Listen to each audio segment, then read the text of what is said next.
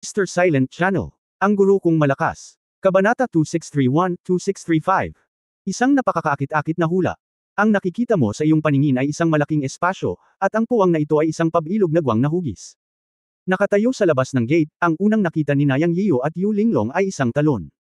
Makukulay na halaman, parang buhay na mga estatwa, mga higanteng estatwa na 12-dosenang o daan-daang metro ang taas, at mga estatwa ng tao na kalahating metro. Pagkapasok sa gate, isang malaking cenote ang nakikita mo. Nasa gitna sila ng pabilog na espasyong ito.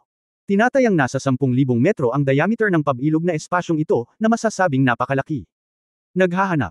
Pataas, diretso, may sikat ng araw na sumisikat pababa, at maraming pinagmumulan ng liwanag. May ibang mundo dito. Tiningnan ni Yang Yian ang kapaligiran sa kanyang harapan at tinanong si Tu Jingyuan, ito ba ay isang natural na nabuong espasyo sa tiyan ng bundok? Tumango si Tu Jingyuan at nagsabi, oo, Master, ayon sa sinabi ng ating mga ninuno, ito ay talagang isang natural na porma sayon. Umiral ang espasyong ito noong nanirahan ng ating angkan. Nang maglaon, pagkatapos ng mga henerasyon ng paghuhukay ng ating angkan, nabuo nito ang kasalukuyang kapaligiran. Ang banal na enerhiya ay sapat, na umaabot sa langit at sa tiyan ng lupa, na may mga bundok at tubig. Ito ay talagang isang banal na kaharian. Maging si Yu Linglong ay hindi napigil ang mapabuntong hininga. Ito ay talagang isang banal na kaharian, ngunit nakakalungkot na ang mga bagay ay nagbago. Mababa ang tono ni Tu Jingyuan, at may ambon sa kanyang mga mata. Para sa kanya, ito ang lugar kung saan siya nagpractice, at ito ang lugar kung saan nanirahan ang kanilang mga tao sa hindi mabilang na taon, ngunit ngayon ay wala na ang lahat ng tao, at ang Wuwang City na kanilang tapat ay naging kasaysayan.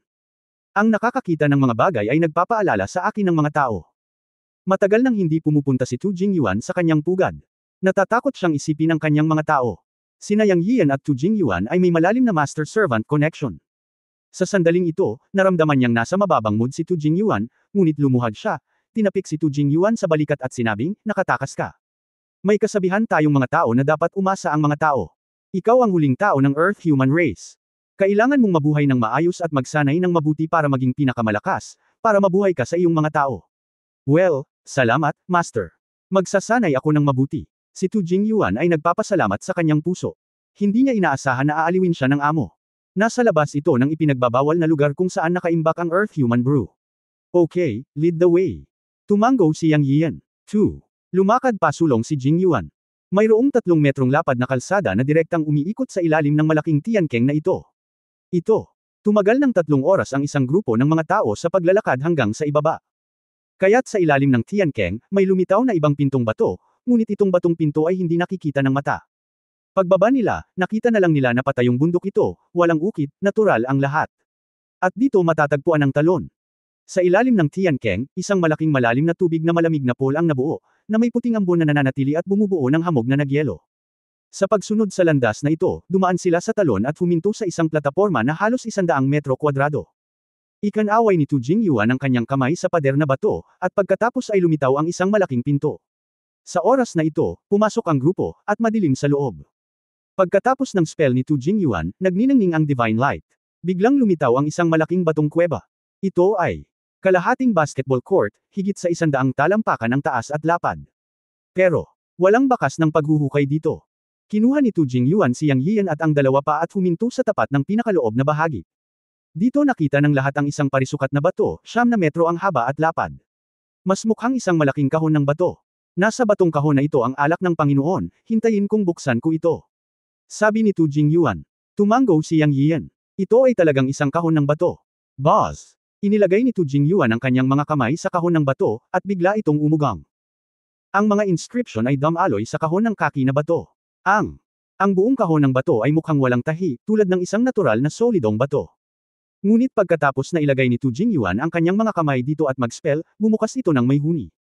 Biglang nagmula rito ang isang malambot na halo ng liwanag, makulay. Tiningnan ito ni Yang Yian, ngunit ito ay eksaktong 9 na malajade na makukulay na bote. Sa katunayan, hindi angkop na sabihin ang mga bote. Sa mga mata ni Yang Yian, ito ay 9 na tangke ng tubig, ngunit ang mga ito ay nasa hugis ng mga bote. Ang bawat makukulay na bote ay 1 metro ang taas at kasing kapal ng ordinaryong balde. Sa kanyang imahinasyon, nang sabihin ni Tu Jingyuan na ito ay 9 na bote, naisip ni Yang Yian na ito ay kasing laki ng 9 na bote ng tableta. Ngayon pagkatapos makita ang tunay na bagay, napagtanto ni Yang Yian na ang kanyang imahinasyon ay napakaliit pa rin. Ito ay 9 na tangke ng tubig, ano ang mga bote na iyon? Hindi niya napigil ang umungol, isa itong tangke ng tubig. Sinabi ni Tu Jingyuan, Guro, hindi masama na sabihin na ito ay isang bote, dahil ito ang kagamitan na ginamit ng mga higanteng mangkukulam, at sa kanilang mga mata, ito ay isang maliit na bote. Natigilan si Yang Yian, at pagkatapos ay nag-react siya. Totoo nga iyon. Ang taas ng mga higanti ay karaniwang higit sa 30 metro. Ito ay talagang isang maliit na bote. Kaya ang Earth Brew ay espesyal na ginawa para sa mga higanteng mangkukulam. Tanong ni Teng Shi. Tu Jingyuan. Sumagot, ito nga ang banal na tubig na nagpapadalisay sa katawan para sa mga mangkukulam. Gagamitin ng bawat higanteng mangkukulam ang Earth Brew upang magpainit at magbinyag bago sumapit ang gulang. Kapag ang Earth Brew ay ginamit upang palamigan ang katawan, maaari nitong direktang payagan ang isang mangkukulam na pumunta mula sa katawan ng isang Diyos patungo sa katawan ng tuktok ng sinaunang panahong mundo. Ito ay isang napakalakas na tubig na nagpapadalisay sa katawan. Lumiwanag ang mga mata ni Yang Yian nang marinig niya ito at nagtanong, alam mo ba kung paano nililinis ng mga higanteng mangkukulam ang kanilang mga katawan? Diretso ba silang umiinom nito? O mayroon bang espesyal na paraan? Nang marinig ito ng Earth Essence, nabalisa ang puso ni Yang Yian. Maaari talaga nitong direktang payagan ang katawan na humakbang mula sa katawan ng isang Diyos patungo sa rurok ng sinaunang panahong mundo. Dapat mong malaman na ito ay katawan ng isang higanteng mangkukulam na may taas na 30 metro. Paano kung ang kanyang katawan ng tao ay ginagamit para sa refinement? Anong antas ang maaaring maabot nito? Si Yang Yian ay nasasabik sa pag-iisip tungkol dito. Matapos malaman ng tungkol sa 4 na larangan ng pisikal na paglilinang sa mundong ito, natural na alam ni Yang Yian ang kakaiba at kapangyarihan ng pisikal na paglilinang. Naisip niya sa kanyang sarili na kung maaari niyang linangin ang kanyang pisikal na katawan hanggang sa itaas, at pagkatapos ay linangin ang kanyang mahiwagang kapangyarihan at kaluluwa, tiyak na magkakaroon siya ng lakas na makayanin ang lupa noon. Napakahusay ng tuksong ito para kay Yang Yian. Sa sandaling makita ni Tu Jingyuan ang nagniningas na mga mata ng kanyang Panginoon na si Yang Yiu, alam niyang may ideya ang kanyang amo, at seryosong sinabi, Guro, ginagamit ng higanteng witch clan ang backlash ng medicinal baths para magpainit at magbinyag, at dapat itong isama sa kaukulang paraan ng paglilinang upang makumplito ang tempering at binyag. Sa kasamaang palad, hindi alam ng ating lahi ng tao ang pamamaraang ito. Pakiramdam ni Yang Yiu ay nawala, ngunit alam din niya na dapat mayroong isang lihim na paraan para sa gayong pag-iinit. Sayang, sabi ni Yang Yiu sa sarili. Naramdaman ni Tu Jingyuan ang panghihinayang ng kanyang Panginoon na si Yang Yiu, at hindi na mamaleya na sumulyap sa isang sulok ng bulwagan. Pagkatapos mag-isip tungkol dito, sinabi niya, Guro, marahil. Marahil ay may mga pahiwatig tungkol sa higanteng angkan ng mangkukulam na nagpapatemper sa kanilang mga katawan sa ipinagbabawal na lugar na iyon. Biglang kumislap ang mga mata ni Yang Yiu at tumitig kay Tu Jingyuan at sinabing, ano ang ibig mong sabihin? Nag-isip si Tu Jingyuan at nagsabi, Guro, hula lang talaga ako. May pinto sa timog silangan na sulok ng bulwagan. Ito rin ang bawal na lugar na binanggit ko noon. Mahigpit na ipinag-utos ng mga patriarch ng aming angkan na huwag pumasok. Kahit ang bulwagan na ito ay talagang hindi para makapasok ang mga miyembro ng angkan. Ang dahilan. Kung bakit alam ko ang lugar na ito ay dahil ako ay anak ng patriarch. Noong magulo ang sakuna, sa totoo lang, napakabata ko pa noong dinala ako ng aking mga magulang dito para makilahok sa pagtatayo, o sa madaling salita, tinataka nila ako sa bato. Maya-maya, pagkagising ko, nalaman kong nandito na ako, at naisip ko rin na ito ang ipinagbabawal na lupain ng aking angkan, ang lugar kung saan talagang pinabantayan ng Panginoon ng Witch King City ang aking angkan, ibig sabihin, itong bulwagan. Ang tanging lugar sa buong bulwagan ay ang kuweba sa timog silangan na sulok. Naramdaman ko na mayroong napakalakas na hininga ng enerhiya, at ito ay mapanganib. Anyway, I heard the clan leader, that is, my father, say that place is a forbidden area. Ito ang pinakamahalagang lugar sa Witch King City. Walang lahi ng tao ang pinapayagang pumasok. Maaari lamang itong bantayan. Naisip ko na dahil ito ay napakahalaga kung mayroong isang lugar na tulad nito, magkakaroon ba ng sikreto ng Witch King City? Ang pinakamalaking lihim ng Witch King City ay ang pagbibinyag sa mga maharlikang disipulo ng lungsod. Mansyon ng Panginoon. Ang bautismong ito ay para palamigan ang katawan sa paggawa ng serbesa ng mga taga-ron, ngunit hindi ko pa ito narinig. Ang binyag ng maharlikang pamilya ay ginanap sa Witch King City. Ang binyag ay pinakamahalaga. Ito ang pinakamalaking sikreto ng higanting Witch Clan, o ang Royal Family ng Witch King City. Dahil ito ay isang sikreto, ito ay natural na nakatago. Mapipili ba ito sa ipinagbabawal na lugar na ito? Dapat mong malaman na ang underground mountain dito ay napakalaki. Ang pagpili ng isang lihim na lugar para sa higanting Witch Clan ay natural na nangangailangan ng malaking espasyo. Ang kapaligiran dito ay nakakatugon sa mga kinakailangan ng napakahusay, at ang paggawa ng serbesa ng mga lokal ay labis. Ang proseso ay komplikado at malihim, at ang aking angkan lamang ang nakikilahok. Sa tuwing natatapos ang paggawa ng serbesa, alam kong ipapadala ito ng aking ama mula sa labas at tuluyang mawawala. Nang maglaon, nalaman ko na ang paggawa ng lupa ay ipinadala dito. Kailan? Nagising ako noong taong iyon, nalaman kong mayroon lamang 9 na bote dito. Kaya may dahilan ako para maghinala na maaaring may isang malaking sekreto ng higanteng angkan ng mangkukulam sa kuweba doon, at maaaring mayroong isang lihim na paraan ng pagpapalamig ng laman at pagbibinyag. Narinig ni Yang Yian ang sinabi ni Tu Jingyuan, at pinag-isipan ito. Posible talaga. Tumingin siya kay Yu Linglong at sinabing, Sister Linglong, ano sa palagay mo? Sumulyap si Yu Linglong kay Tu Jingyuan at sinabi, sa tingin ko ay posible ang hula ni Tu Jingyuan. Maaari tayong pumunta at tingnan.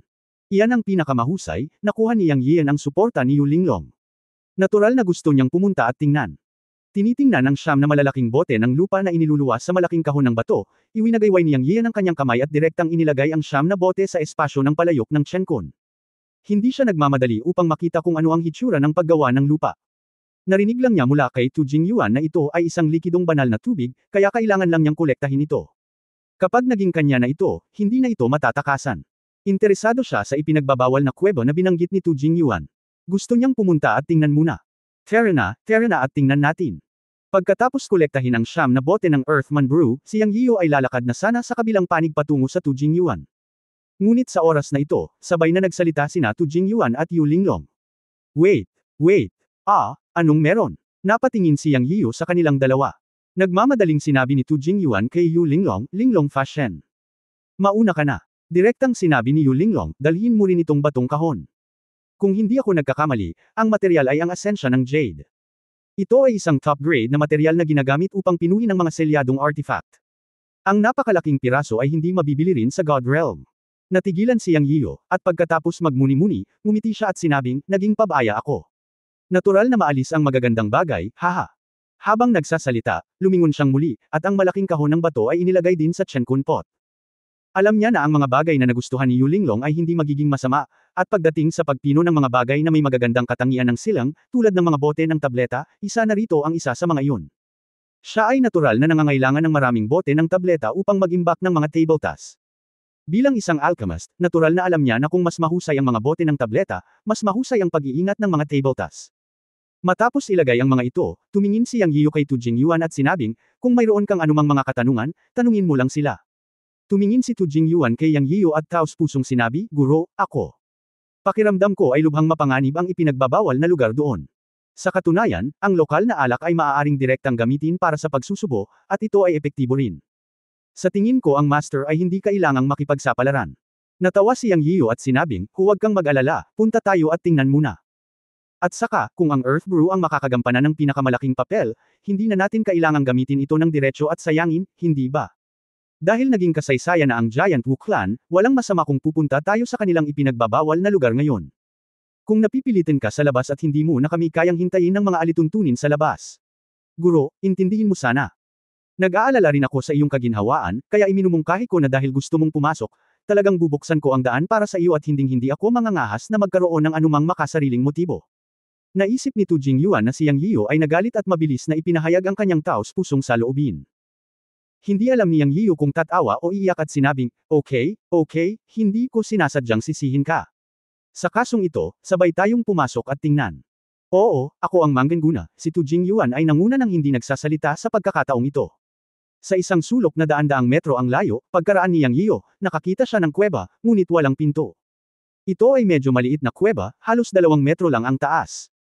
Chapter 2632, Tengsnake transforms into a super light bulb. May kakaibang nararamdaman si Master.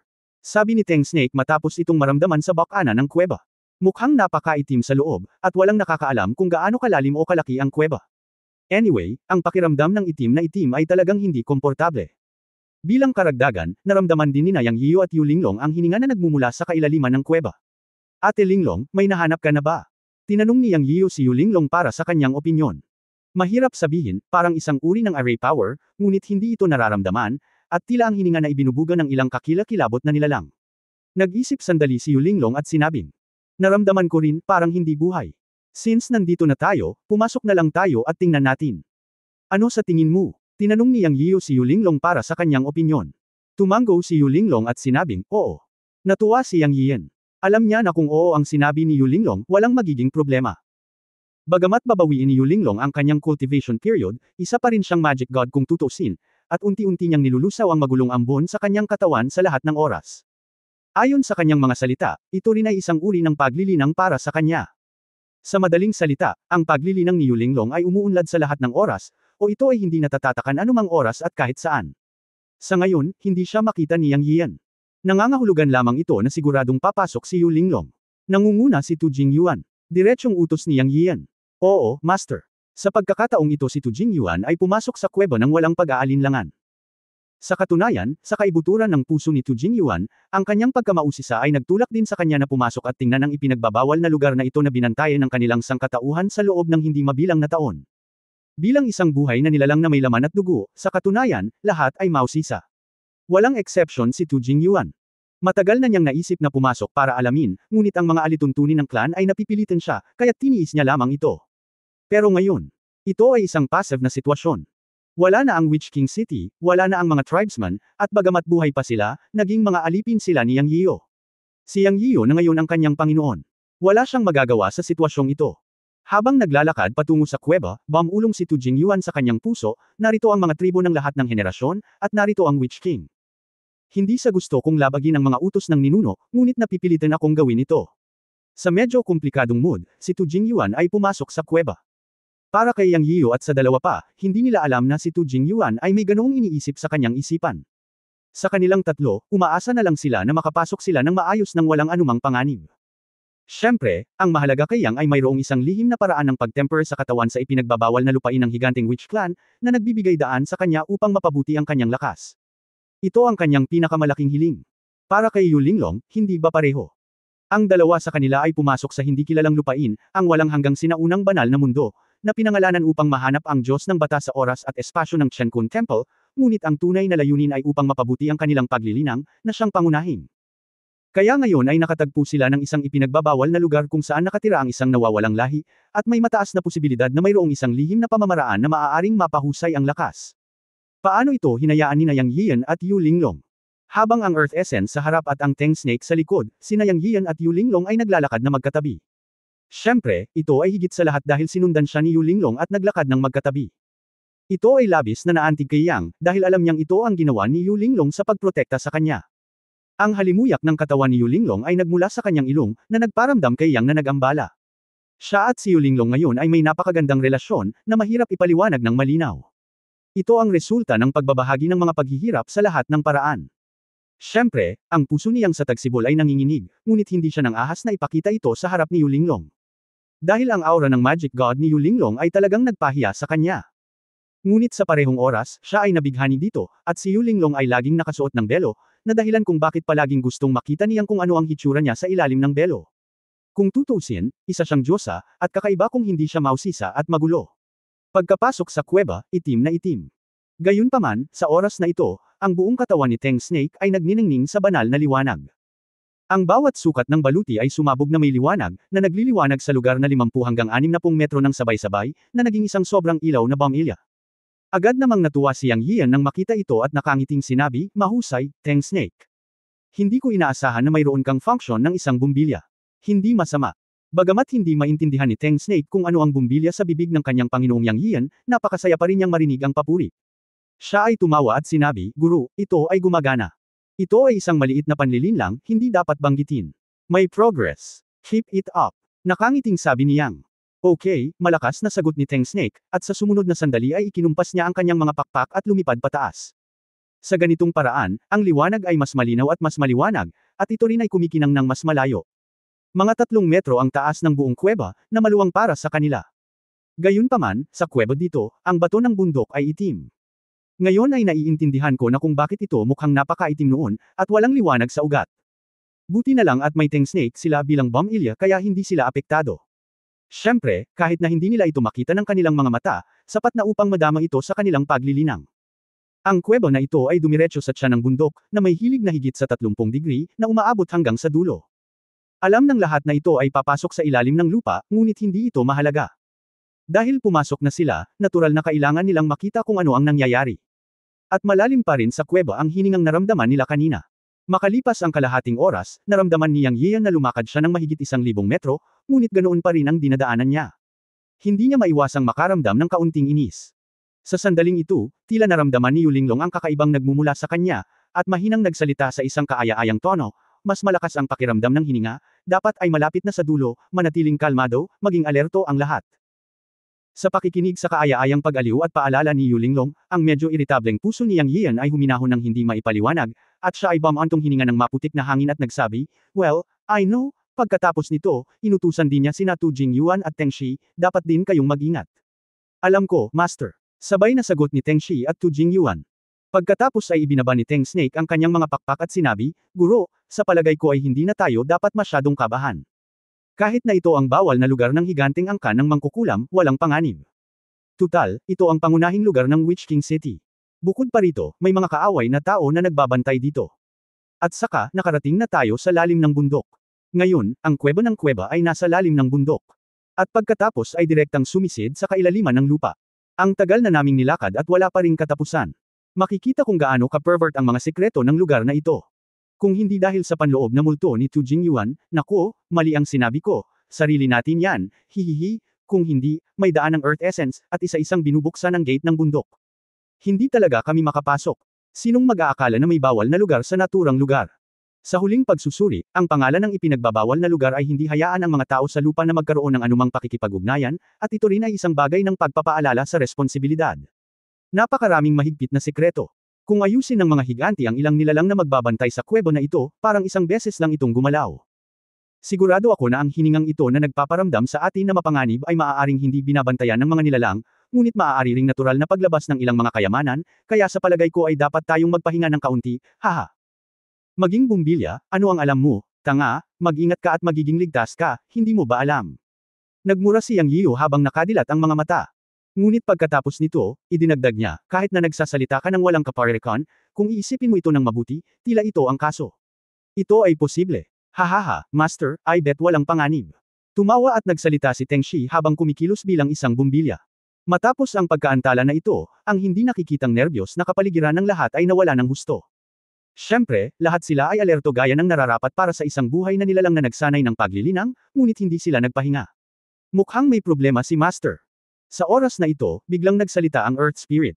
Mabilis na tumangala si Yang Yian, at sa wakas ay may ilang liwanag na halos 100 metro ang layo sa kanyang paningin. Ito ay isang bagay na naglalabas ng mahinang gintong liwanag, sunod-sunod, na nakabitin ng patayo tulad ng sa hangin. Siya! Binilisan niya ang lakad at naglakad pasulong. Nang mahigit 30 metro na ang layo niya, sa wakas ay nakita niya ng malinaw kung ano iyon. Narinig lamang niya ang Earth Spirit na nagsabi, ito ang inscription ng higanteng Witch Clan. Kabanata 2633 Kakaiba sa dilim. Nang makalapit siya, nalaman niyang pader pala iyon, o higit pa na parang pinto. Ang mga inscription dito ay naglabas ng malabong halo. Ang mga inscription ito ay pareho sa nakita nila ni Yu Linglong nang pumasok sila sa Witch King City. Sa sandaling ito, nakilala rin sila ni Tu Jingyuan. Tanging sina Yang Yiu at Teng Shi lamang ang hindi nakakilala sa mga inscription ito. Sa kanilang mga mata, sila ay mga simbolo lamang ng mga inscription na naglalabas ng liwanag. Ano ang sinasabi nito? Tanong ni Yang Yiu kay Tu Jingyuan. Tu Jingyuan. Isa-isang tiningnan ang mga inscription at mahinang binasa, ang banal na lugar para sa mga witch clan para magpainit at magbinyag, ang lugar kung saan nagtatagpo ang yin at yang, ang banal na pool na inalagaan ng langit at lupa, ang kaliwanagan ng pagiging santo, ang pagbubukas ng dakilang daan, ang angkan ng Witch Clan, isa sa mga ninuno ng Witch, ay naging isang santo at realm. Yun lang. Tanong ni Yang Yiu. Iyon lang. Sabi ni Tu Jingyuan. Inilibot ni Yang Yiu ang kanyang mga mata. Noong una, nakaramdam siya ng init sa kanyang puso, ngunit ngayon ay inilibot niya ang kanyang mga mata at maraming sinabi, na sinasabing tiyak na ito ang lugar para sa mga Witch Clan upang magalit at magbinyag. Hindi nagkamali si Tu Jingyuan tungkol dito. Totoo nga, ito ang lugar kung saan ang mga higanteng mangkukulam ay nagalit at bininyagan. Siyempre, mayroon ding ilang pangunahing impormasyon. Sinabi ng mga tala na ito ay isang likas na nabuong banal na lugar kung saan nagtagpo ang yin at yang, at ito rin ang lugar kung saan ang ninuno ng mga mangkukulam. Emperor Jiang, naging santo. Ang pangalan ng ninuno na mangkukulam na si Emperor Jiang ay hindi pamilyar kay Yang Yiu. Ang pamagat ng ninuno na mangkukulam ay hindi karapat-dapat sa lahat. Ayon sa mga alamat at alamat ni Yang Yiu sa Earth, ang 12 ninuno na mangkukulam sa mundo ay nabagong anyo mula sa laman at dugo matapos buksan ni Pangu ang langit. Pero hindi niya alam kung ang ninunong bruhang ito ay kapareho ng mga alamat at alamat na alam niya. Siyempre, hindi mahalaga kung ito man o hindi, isang bagay ang tiyak na ang mga maaaring maging santo ay dapat maging transcendent, na sapat na upang ipakita ang kanilang katayuan at ang lakas ng kanilang mahiwagang kapangyarihan. Ngunit posible rin na hindi. O ang lugar na iniwan ng unang henerasyon ng mga ninuno na mangkukulam, ang Panginoon ng lungsod ng Wuwang City ay maaaring isang inapo ng susunod na henerasyon. Kung ito ang unang henerasyon ng ninuno na mangkukulam na si Emperor Jiang na naging santo, makakatakas siya kahit na may malaking sakuna sa mundo. Paano mawawala ang Wuwang City? Anyway, no matter what, ang lugar na ito ay talagang pambihira. Maaaring nawala lamang ito pagkatapos ni Emperor Jiang. Pagkatapos mag-isip tungkol dito, sinabi ni Yang Yian, ito ba ay isang portal? Sabi ni Tu Jingyuan, oo nga, pero hindi ko alam kung mabubuksan ito. May kapangyarihan ang witch clan dito, kaya hindi madaling buksan ito. Kahit anong kapangyarihan nito, bubuksan ko lang ito. Si Teng Shi ang nagsabi ng may marahas na ugali, at sinarado niya ang pinto ng inscription ng isang malakas na suntok. Hindi. Nagmamadaling nagsalita si Yu Linglong nang makita niya ito, ngunit huli na para pigilan ito. Boom! Wow! Hiss! Sa susunod na sandali, tumunog ang isang boom, at tumili si Teng Shi. Sa paningin ni Yang Yian, nakita lang niya si Teng Shi na hinampas ng kidlat ang portal ng inscription, ngunit sa sumunod na segundo, biglang naging makapangyarihan ang inscription sa portal, na bumubuo ng isang banal na liwanag na halo, na biglang sumambulat at direktang bumagsak sa Teng Shi. Sa isang kisap mata, ang banal na liwanag sa portal ng inscription ay nag-backfire ng mas mabilis kaysa sa Divine Dragon Tail Swing ni Teng Shi, at direktang binaligtad si Teng Shi. Bukod dito, ang backlash ng portal ng inscription ay higit na lumampas sa imahinasyon ni Yang Yiu. Hindi lamang nito binaligtad si Teng Shi, ngunit ang liwanag na bilog na nabuo pagkatapos ay lumapit sa kanya, sina Yu Linglong at Tu Jingyuan. Malinaw, ang backlash ng banal na liwanag sa portal ng inscription ay malayo sa imahinasyon. Si Teng Shi ay masyadong walang ingat, at ito ay tulad ng pagpukaw ng pugad ng trompeta.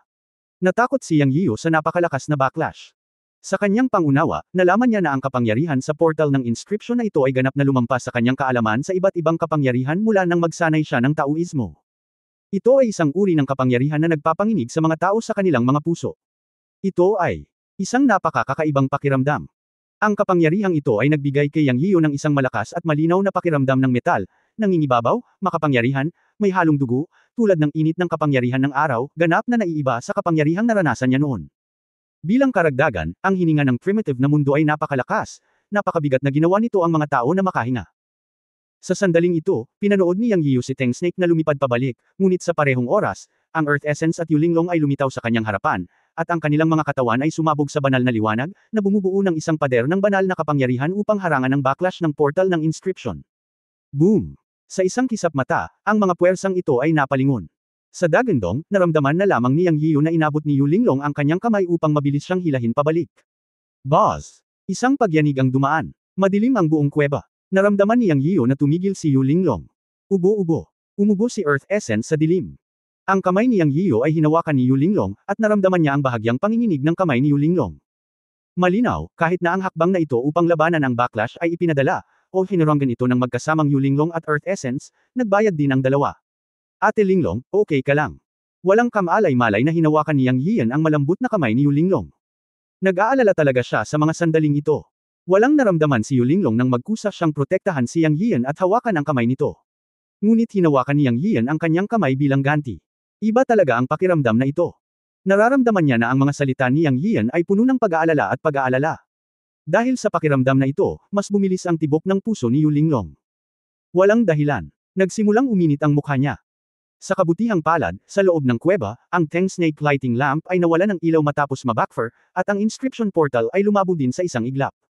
Sa oras na ito, madilim ang kapaligiran na kanilang kinaroroonan, at walang nakakita sa pamumula ng mukha ni Yu Linglong. Hindi, okay lang, gustong bawiin ni Yu Linglong ang kamay ng jade na hawak ni Yang Yian sa isang iglap, at nagsalita ng may kaunting gulat. Ngunit sa sandaling ito, hindi ko alam kung sinadya ba ito ni Yang o masyado siyang nag-aalala kay Yu Linglong.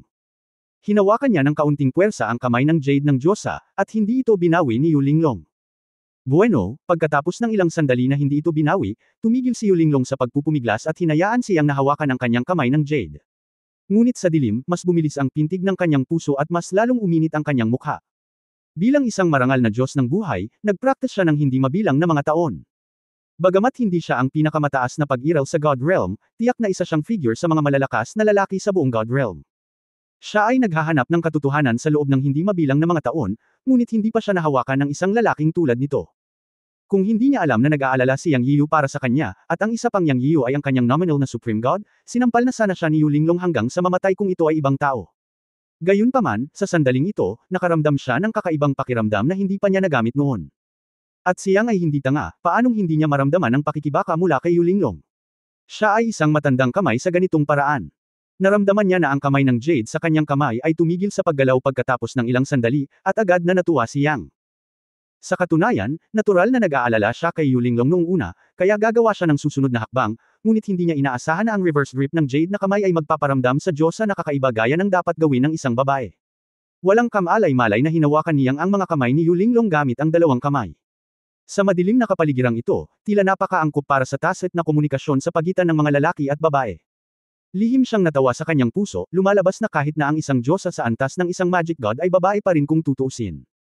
Unconsciously, naging matapang si Yang at hinawakan ng mahigpit ang kanyang mga kamay. Malinaw niyang naramdaman ang bahagyang panginginig ng mga kamay ni Yu Linglong, ngunit hindi siya nagpumiglas o lumaban. Sa dilim, narinig pa ni Yang Yiyo ang kanyang paghinga na bumibigat. Ang kakaibang bango ng katawan mula kay Yu Linglong ay nagpabilis ng pagdaloy ng kanyang dugo. Nang katutubo, humakbang pasulong si Yang at niyakap si Yu Linglong, ang tunay na Diyosa. Ho! Isang bahagyang tunog ang nagmula sa ilong ni Yu Linglong. Nanginginig siya at gusto niyang itulak palayo si Yang Yiyo, ngunit naramdaman niya na sa kaibuturan ng kanyang puso ay nananabik siya sa pakiramdam na niyakap siya ng isang lalaki, na nagparamdam sa kanya ng lubos na ligtas. Lihim niyang sinabi sa kanyang puso, kalimutan mo na ito, marahil ito ay paglilinang din. Ang daan ng Yin at Yang ay nasa lahat ng dako, hindi banggitin ang mga tao. Hindi ko kailanman binigyang pansin ang paraang ito sa nakaraan, ngunit ngayon ay nalaman kong tila ito ay mas mabuti. Marahil ang daan ng langit ay mabubuksan din mula sa sandaling ito. Hindi alam ni Yang Yian kung ano ang iniisip ni Yu Linglong, ngunit nasa sabik siya. Hindi siya itinulak ng Diyosa. Ano ang ibig sabihin nito? Ibig sabihin pwede ding kulitin ang Diyosa. Siya ay labis na masaya sa kanyang puso. Pero, nagsimula lang ang kagalakan ni Yang, at nag-ambala sa susunod na segundo. Wow! Master, okay ka lang ba? Sobrang sakit sa akin. Sa oras na ito, boses ni Teng Snake ang nagmumula sa 12-dosenang metro ang layo. Tapos sinabayan pa ni Teng Snake na nagiging bumbilya ulit. Biglang nagliwanag muli ang buong kuweba. Sa sandaling ito, dumating ang liwanag, at namula ang mukha ni Yu Linglong. Itinulak niya si Yang Yian palayo at mabilis na tumalikod. Si Yang Yian ay puno ng puot. Dam Teng Snake, hindi ka ba makapaghintay ng ilang sandali? Gusto ko talagang patayin si Teng Snake. Sa isang kisap mata, nakita niya si Teng Snake na lumilipad, at si Tu Jingyuan ay nasa tabi niya, ngunit sa sandaling ito ay tumangala si Tu Jingyuan sa tuktok ng yungib, na parang may misteryosong bagay sa tuktok ng yungib. Kabanata 2634 na sino ang taong ito? Malinaw na nakita ni Tu Jingyuan ang ginagawa nila ni Yu Linglong noon, na nagpahiya kay Yang Yian, ngunit sa kabutihang palad, ang lalaking ito na si Huang ay may magandang mata at itinuon ang kanyang mga mata sa tuktok ng kuweba. Gayunpaman, ang tanga talaga ni Teng Shi. Hindi lamang siya naging bumilya muli, ngunit ang pangunahing punto ay na siya ay lumapit at blanko na nagtanong, Guro, ano ang ginagawa ninyo ni Linglong Fashion? Wala, hindi ka may kapansanan, tama. Binati ni Yang ng masasamang salita, at hindi inaasahan na napakababa ng EQ ng lalaking ito. Si Teng Shi ay talagang walang karanasan sa lugar na ito, at hindi narinig ang masamang tono at sumpa sa boses ni Yang Yian. Sa halip, ngumisi siya at sinabing, okay lang, pero nakakamatay talaga ang backlash ng kapangyarihan kanina. Buti na lang malakas ang katawan ko, kung si Tu Jingyuan, isang cultivator ng Yuan Shen, ngayon lang siya namatay. Deserve mo ito. Malamig na ngumuso si Yang Yian, ikaw ay walang ingat, maswerte kang nailigtas mo ang iyong buhay. Tandaan, huwag kang gagawa ng hakbang nang wala ang aking utos sa susunod. Kung hindi ka mag-iingat, ay duwit mo kaming lahat. Sinasamantala din ni Yang at Yu Linglong ang pagkakataon na isumpa si Teng Shi para tunawin ang kahihiyang dulot sa dilim ngayon. Tungkol naman sa Tu Jingyuan, mas matalino siya. Hindi pa rin siya tumitingin kina Yang Yian at Yu Linglong. Bagamat siya ay isang lupang tao, siya rin ay isang lahi at gregarious na lahi. Kung ikukumpara sa isang tuwid na ahas tulad ni Teng Shi, natural na naiintindihan ni Tu Jingyuan kung ano ang ibig sabihin ni Yang at Yu Linglong sa pagyakap sa isa't isa ngayon, at alam din niya kung paano maiwasan ang pagdududa. Kaya naman hindi sinumpa ni Yang si Tu Jingyuan. Ngunit si Teng Shi ay isang tanga. Sinira niya ang magandang bagay ni Yang nang hindi niya nalalaman. Nagsalita pa rin siya nang walang ingat. Sino pa ba ang dapat niyang pag-alitan? Siyempre, si Teng Shi ang nanggugulo sa pagkakataong ito. Nararapat na walang backlash mula sa Inscription Gate. Ngunit muli, ang lahat ay may mga kalamangan at kahinaan. Ang gulo ni Teng Shi ang nagpabatid sa lahat ng lakas ng backlash ng Inscription Gate. Kahit papaano ngayon ay malalaman na nina Yang Yian at Yu Linglong kung gaano kalakas ang backlash power na ito. Magiging mabuti ito para sa susunod na aksyon, o sabihin, para sa susunod na pag-crack ng Inscription Gate na ito. Kaya naisip ni Yang Yian, kaya sinumpa na lang niya si Teng Shi. Kung hindi, ayon sa ugali ni Yang, sinira ni Teng Shi ang magagandang bagay sa pagitan nila ni Yu Linglong, at kahit papaano ay bugbugin niya ito bago siya tumigil. Sa oras na ito, narinig ni Tengshi ang malamig na ungol ni Yang Yiyo at sa wakas ay napagtanto niyang galit ang amo. Kung iisipin, ngayon lang talaga ito naging walang ingat. Hindi ito humingi ng opinyon ng master at direktang hinawakan ang pintuan ng inscription. Ang backlash ay halos nasangkot sa lahat. Sa pagkakataong ito, lumiit ang leeg at bamulong, guro, nagkamali ako. Naaalala ko rin ito. Hinding-hindi na ako magdudulot ng gulo sa Panginoon. Pakitiyak, master. Mas mabuting gawin ito. Kapag gumawa ka ulit ng kakaiba sa akin, huhugutin ko ang balat ng ahas mo. Malamig nang umuso si Yang Yiyo.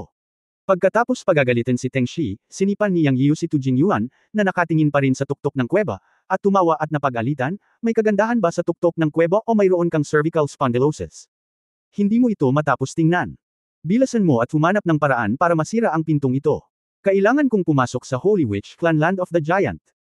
Master, nakatingin lang ako sa paligid. Wala akong cervical spondylosis. Ngumiti si Tu Jingyuan sa oras na ito. Bagamat hindi niya alam kung ano ang cervical spondylosis, naiintindihan niya ang gustong ipahayag ni Yang Yiyo sa sandaling ito. Pagkatapos ay sinabi niya, Guru, ako. Hindi ko alam kung paano basagin ang inscripsyong pinto na ito, ngunit maaari rin nating subukan ang pamamaraan ng dugo. Narinig ko mula sa mga matatanda ng tribo na ang mga higanting mangkukulam ay naglilinang ng kanilang mga katawan, at ang kanilang malakas na lakas ay talagang nagmumula sa dugo. Ang dugo ay maaaring mag-evolve, at kapag mas mataas ang antas ng dugo, mas malakas ito. Bilang karagdagan, maaari tayong gumamit ng mga higanting mangkukulam upang gumanap ng kapangyarihan, at iba pa. Naunawaan ni Yang Yiyan na walang paraan upang basagin ang kakanyahan ng lupa, at para sa pamamaraan ng dugo, naramdaman niyang hindi ito maaasahan, dahil ang kapangyarihan na nag-backfire lang sa pintuan ng inscription ay masyadong malakas. Problema ba ito na kayang lutisin ng dugo? Inilibot ni Yang Yiyan ang kanyang mga mata, tumingin si Yang Yiyan kay Yu Linglong, na nakatingin pa rin sa inscription na nakatalikod sa kanya. Sister Linglong, makakahanap ka ba ng paraan para mabuksan itong inscription door? Tanong ni Yang Yiyan. Matapos ang paghinto ni Yang Yiyan sa pagmumura kay Teng Snake, unti-unting huminahon ang pabago-bagong puso ni Yu Linglong, at sinabi niya, siguro tama ang sinabi ni Tu Jingyuan. Maaari nating subukan gamit ang kapangyarihan ng dugo. Nakakita rin ako ng mga tala tungkol sa mga inscription at kapangyarihan ng dugo sa isang sinaunang aklat. Ito ay karaniwang kapareho ng sinabi ni Tu Jingyuan. Siyempre, hindi ito ganap na kapangyarihan ng dugo, ngunit pagkatapos ng kombinasyon ng mana, kaluluwa at dugo, isang kapangyarihang pinamumunuan ng dugo ang bubuo. Sa prehistoric na panahon, mayroon talagang mga sinaunang magsasaka na nilinang ang paraan ng dugo, na napakalakas at nakakatakot. Bagamat naroon ay ilang mga tala sa pintuan ng inscription, ang mga inscription ay nakaayos, at ang trajectory ng pag-aayos ay halos kapareho sa mga talaan sa mga sinaunang aklat ng dugo na aking nabasa. Malalaman natin pagkatapos subukan. Tumanggo si Yang Yiyan at sinabing, paano natin ito susubukan? Napakasimple nito. Sinusubukan naming lagyan ng dugo ng bawat isa ang inscription. Kung ang inscription ay muling inayos pagkatapos ng 6 na pagliko, dapat ay mabubuksan namin ang pinto gamit ang mana. Sabi ni Yu Linglong. Ito ay mayroon ding ilang kahulugan ng genetic code, ungol ni Yang Yiyan. Sa oras na ito, sinabi ni Tu Jingyuan, Guro, handa akong subukan muna ito. Well, ang iyong tribo ay pinakamalapit sa higanting tribo ng mangkukulam, marahil ito ay maaaring gawin. Si Yu Linglong ang nagsalita. Tumanggaw din si Yang Yiyo at sinabing, kung gayon, maaari mo itong subukan. Siya ay lubos na nasisiyahan sa pagganap ni Tu Jingyuan sa pagkakataong ito. Si Tengshi, na nasa hindi kalayuan, ay bamulong, flatterer. Ang taong ito ay hindi nang ahas na magsalita ngayon, dahil sa takot na muling parusahan ni Yang Yiyo. Nagkunwaring hindi narinig ni Yang Yiyo ang pag-ungol ni Tengshi. Natutuwa siyang makitang nagseselos ang kanyang mga nasasakupan. Ang selos ay nangangahulugan ng pagganap, at ang pagganap ay nangangahulugan ng kompetisyon. As long as hindi malisyosong selos at kompetisyon, pumayag siya. Si Tu Jingyuan ay humakbang pasulong at tumayo ng 10 metro ang layo mula sa inscription gate, ngunit ipinikit niya ang kanyang mga mata. Nang muli niyang imulat ang kanyang mga mata, isang patak ng dugo ang lumabas sa kanyang noo at direktang lumipad patungo sa inscription gate. Kasabay nito, sina Yang Yiyan at Yu Linglong ay nakatayo sa kaliwa at kanang bahagi ng Tu Jingyuan. Natural na naroon sila para pigilan ang backlash ng inscription gate. Bagamat si Tu Jingyuan ay lingkod ni Yang Yiyan, siyang ay walang malinaw na pagkakaiba sa pagitan ng Panginoon at katulong sa bagay na ito. Itinuring niya ang mga umaatake bilang kanyang sariling mga tao at pinrotektahan ang mga kailangang protektahan. Ang isang patak ng dugo ni Tu Jingyuan ay ang kanyang sariling dugo, na isang malaking puhunan. Si Yang Yiyan ay lubos na nasisiyahan sa kanyang saloobin. Sa sumunod na segundo, bumagsak ang dugo. Buzz! Isang dagandong ang tumunog, at ang mga inscription sa buong tarangkahan ay sumabog sa gintong liwanag. Handa sina Yang Yiyan at Yu Linglong na dumpen sa laban sa backlash ng gate anumang oras. Inirapan niya lang ito. Ngunit nalaman niyang nabigo ang dugo ni Tu Jingyuan. Matapos mag-flash saglit lang ang inscription, bumalik ito sa normal, at hindi nalipat ang pagkakaayos ng mga inscription. Guro, hindi maganda ang dugo ko. Nanghihinayang sabi ni Tu Jingyuan. Guro, hayaan mong subukan ko ang aking dugo. Ako ang banal na hayop na si Tang Snake, at ang aking dugo ay higit na nakahihigit kaysa sa dugo ng mga Earthling. Sa oras na ito, sa wakas ay nakuha ni Tang Snake ang pagkakataon. Habang naghahanap ng kredito, hindi niya nakalimutang maliitin si Tu Jingyuan. Galit na galit si Tu Jingyuan kaya hindi niya naiwasang sabihin, Damn Longworm, ano ang problema ng Earthlings? Kami ay isang hugis tao na lahi ng duwende, at ikaw ay isang uod lang. Sa pagharap sa pagmamaliit ni Tang Snake sa mga Earthling, sinaktan ni Tu Jingyuan si Tang Snake nang walang pag-aalinlangan. Galit na galit si Tang Snake, You little dwarf, maglakas loob kang makipag-usap sa iyong lolo ng ganito, ikaw. Humph, malamig na ngumuso si Yang Yian at direktang pinutol si Tang Snake. Pagkatapos ay malamig niyang tiningnan sina Tang Snake at Tu Jingyuan. Nang inig ang mga huling dalawa at ibinaba ang kanilang mga ulo. Ang iyong mga nasasakupan ay nararapat na mamatay. Parehong inamin ang kanilang mga pagkakamali. Ayoko na magkaroon ng susunod na pagkakataon, let's get down to business. Sabi ni Yang Yian sa masamang tono at binigyan ng babala ang dalawang lalaki. Pagkatapos nito, tapat na humakbang pasulong si Tang Snake at isang patak ng dugo ang lumipad patungo sa inscription gate. Pero, ang reaksyon ay walang pinagkaiba sa Earth Essence. Sa sandaling ito, nakangiting sinabi ng Earth Essence, mukhang ang dugo ng Divine Beast na si Tang Snake ay hindi mas mataas kaysa sa akin, isang tao. Haha. Ikaw, nagalit si Tang Snake, ngunit, mahirap para dito na magalit kay Yang sa tabi nito. Sa katunayan, hindi gumana ang dugo nito, na nagpahiya kay Tang Snake. Sumunod, sumimangot si Yu Linglong at sinabing, susubukan ko, hindi ko alam kung gagana. Si Yang Yiu ay dali-daling nambobola, kaya mo, isa kang Diyos ng batas. Tumingin si Yu Linglong kay Yang Yiu na may belo na mukha, at ang kanyang pares ng Katanji tanging malalaking mata ay kumislap saglit at nagsabi, ang antas ng dugo ay talagang nauugnay sa kaluluwa, at walang kinalaman sa paglilinang ng Taoismo. Susubukan ko muna ito. Bago siya matapos magsalita, kumuha si Yu Linglong ng isang patak ng dugo mula sa kanyang katawan at lumipad patungo sa inscription gate. Nagkaroon ng isa pang dagandong, at ang gininto ang liwanag ay nagniningning, ngunit sa kasamaang palad. Nabigo muli, sabi ni Yu Linglong. Muling bumalik sa kalmado ang inscription gate. Tumingin si Yang Yiu sa may nakasulat na gate at sinabing, kung hindi ito gagana, sabay tayong umatake. Hindi ako naniniwalang hindi natin masisira ang isang pinto. Sinabi ni Yu Linglong, kung walang ibang paraan, maaari lamang nating masira ito sa pamamagitan ng puwersa, ngunit maaaring mas malaki ang backlash. Hindi ko alam kung sapat na ang pinagsama-samang lakas ng iilan sa atin. Sa kasamaang palad, kailangan ko pa ng ilang oras upang makabawi sa aking kick, kung hindi, hindi ito magiging problema. Master, hindi mo pa ba nasusubukan? Bakit hindi mo subukan? Baka mabuksan ng dugo mo itong sirang pinto. Ang mga salita ni Tengshi ay para lang mambola kay Yang Yiu. Sa kanyang puso, hindi siya naniniwala na ang dugo ng isang Diyos na hari ay may anumang silbi kay Yang Yiu, ang Panginoon. Subukan mo, napatingin din si Yu Linglong kay Yang Yiu. Sa kanyang opinyon, ito ay kabaligtaran ng resulta ni Tengshi. Alam ni Yu Linglong na dahil si Yang Yiu ay maaaring mapili bilang kahalili ng Qiankun God, dapat siya ay isang first class na pag-iral sa mundo, at tiyak na hindi ito magiging ganoon ka-simple. Bagaman, si Yang Yiu ay isang Diyos na hari lamang sa mga tuntunin ng paglilinang ngayon, alam niya kung anong uri ng paglilinang ang mayroon siya sa hinaharap. Kahit papaano ang pinakamataas na posisyon ng Diyos na hari ay tiyak na karapat-dapat. Bukod dito, nakita niya ang paglaki ng cultivation ni Yang Yian, na talagang isang mabilis na rate ng paglago. Kung gayon, susubukan ko. Kung hindi ko magawa, maaari tayong magsanib puwersa at direktang sirain itong pinto ng inscription. Sabi ni Yang Yian, at isang patak ng dugo ang lumipad sa pintuan ng inscription na may iniisip sa kanyang isipan. Ang kanyang dugo ay pula na may lilang gintong halo. Ito ay dahil sa paglilinang, at unti-unting naging ganito. Ito ay isang manifestasyon ng kanyang paglilinang. Kailan? Nakita ni Yu Linglong ang patak ng lifeblood ni Yang Yian, lumiwanag ang kanyang mga mata at bumulong siya sa kanyang sarili, purple gold blood, ang dugo ng mga sinaunang Diyos sa alamat, bagamat hindi dalisay, ito ay napakahusay na. Tiyak na makakamit nito ang malaking tagumpay sa hinaharap. Hindi narinig ni Yang Yian ang pangungusap na ito. Hindi na siya nagulat sa hitsura ng kanyang dugo, dahil ganito na siya noong nasa mundo ng mga engkanto. Naaalala ko na ito ay resulta ng ilang mga temperings. Boom! Isang malakas na ingay ang tumaas. Sa susunod na sandali, si Yu Linglong, Tang Snake, at Tu Jingyuan ay nanlaki ang mga mata.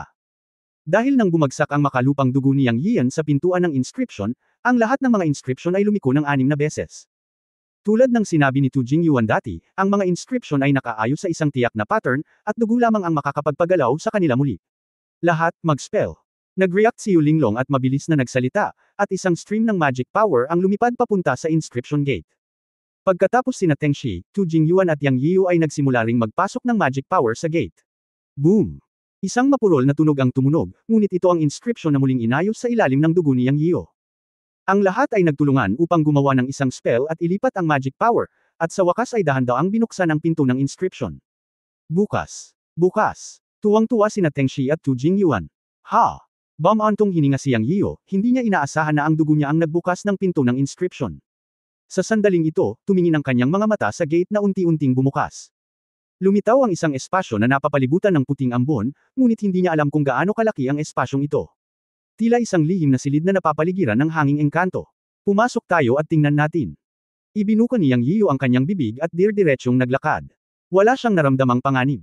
Galing talaga sa inscription gate ang delikadong aura nang pumasok siya kanina. Ngayong nabuksan na ang gate, nawala rin ang aura na ito. Sa likod ng gate, may puting fog, at talagang hindi niya alam kung anong lugar iyon, ngunit wala siyang naramdamang panganib, kaya dir-diretsyong naglakad si Yang Yiyan. Hindi niya alam kung ilusyon ba iyon o ano, pero naramdaman ni Yang Yiyan na nang bumukas ang gate, parang may narinig siyang tawag, parang may tumatawag sa kanya. Pagkapasok, unti-unting bumababa ang ulap, at kitang-kita niya ang kapaligiran. Nakita ni Yang Yiyan na ito ay isang puting Jade Hall. Hindi malaki ang espasyo, mga 100 metro kwadrado lamang, at halatang gawa ito ng mga tao. May 3 sikretong silid. Doon ay isang puting jade statue sa harap niya, ngunit ito ay isang nasa katanghaliang gulang na lalaki na nakatayo sa isang jade table, na nakataas ang kaliwang kamay sa harap ng kanyang dibdib, na may kakaibang kilos ng kamay, at ang kanang kamay ay patag, ngunit may puting jade box sa kanyang palad. Sino si ang taong ito?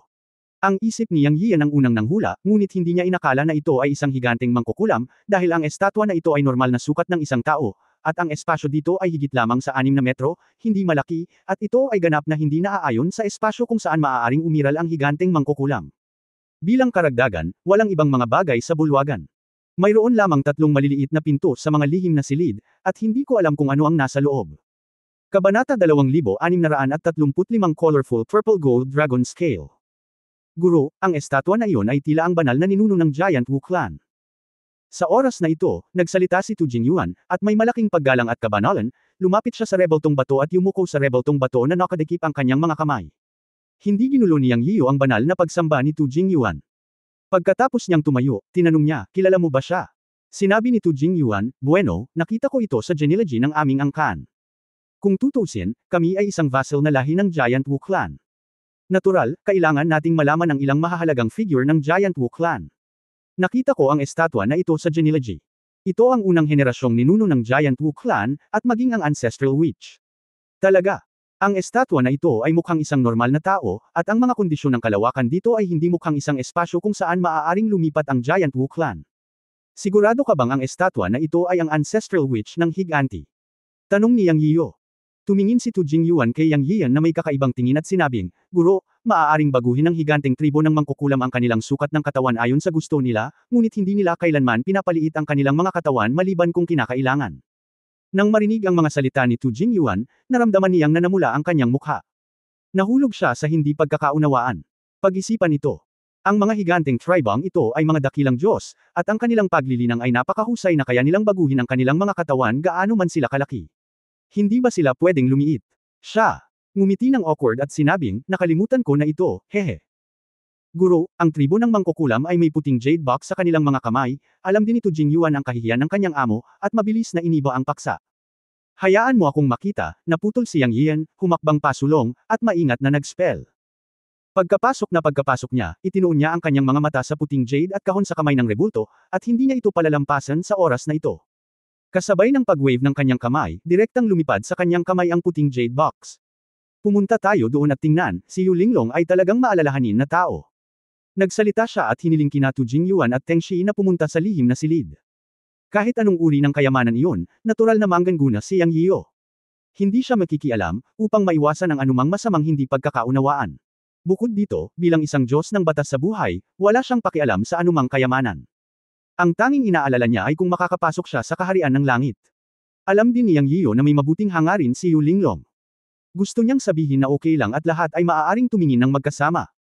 Ngunit bago niya ibuka ang kanyang bibig, umalis sina Yu Linglong, Tu Jingyuan at Teng Shi at dumiretso sa 3 lihim na silid.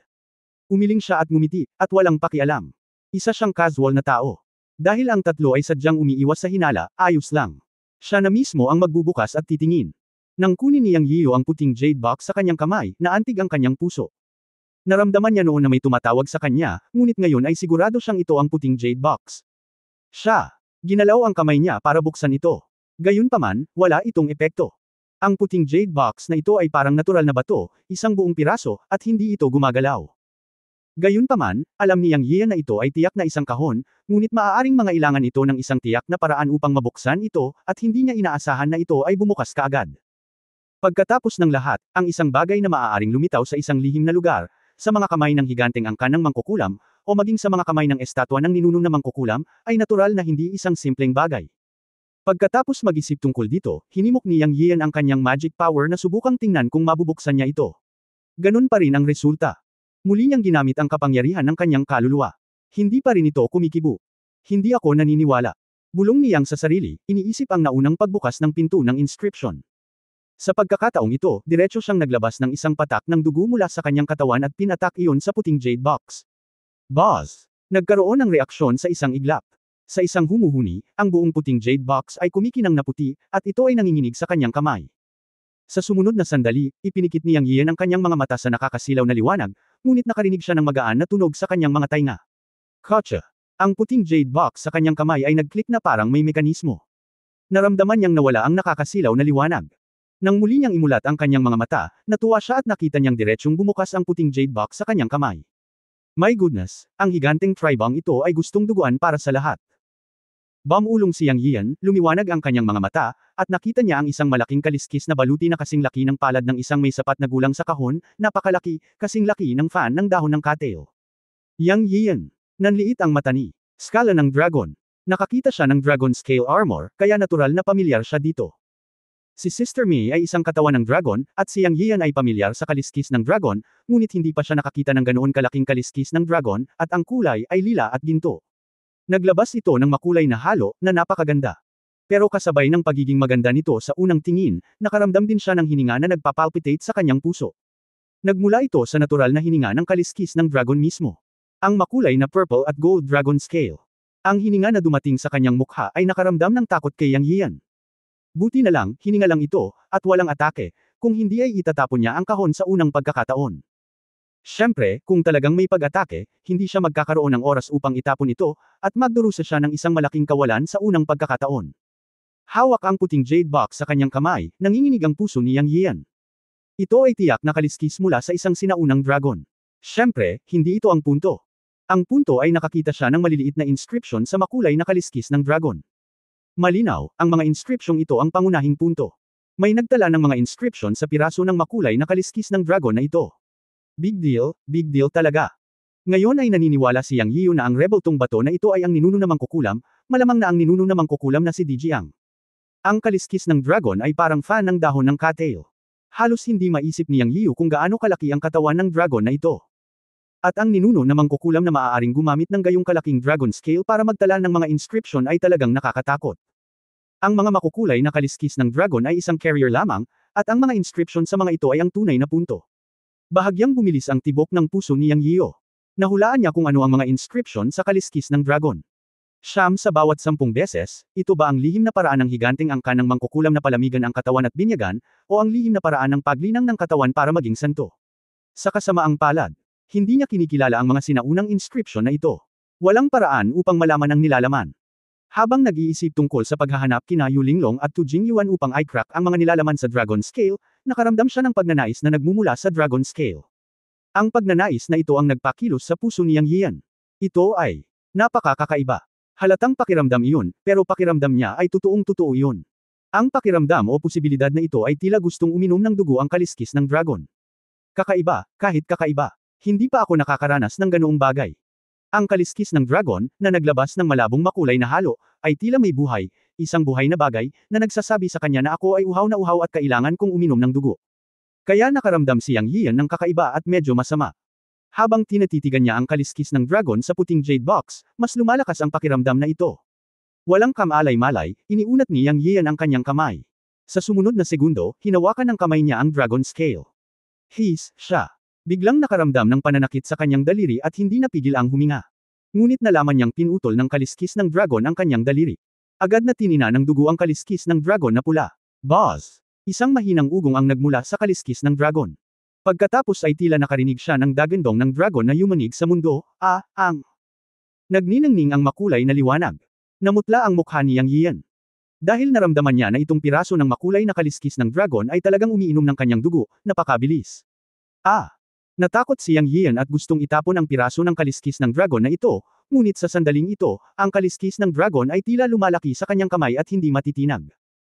Sa sumunod na sandali, nakita na lamang ni Yang Yian ang inscription sa dragon scale na nagniningning, at isang matinding sakit ang biglang lumitaw sa kanyang isipan, na parang may kung anong pumasok sa kanyang isipan. Hindi niya napigil ang mapasigaw.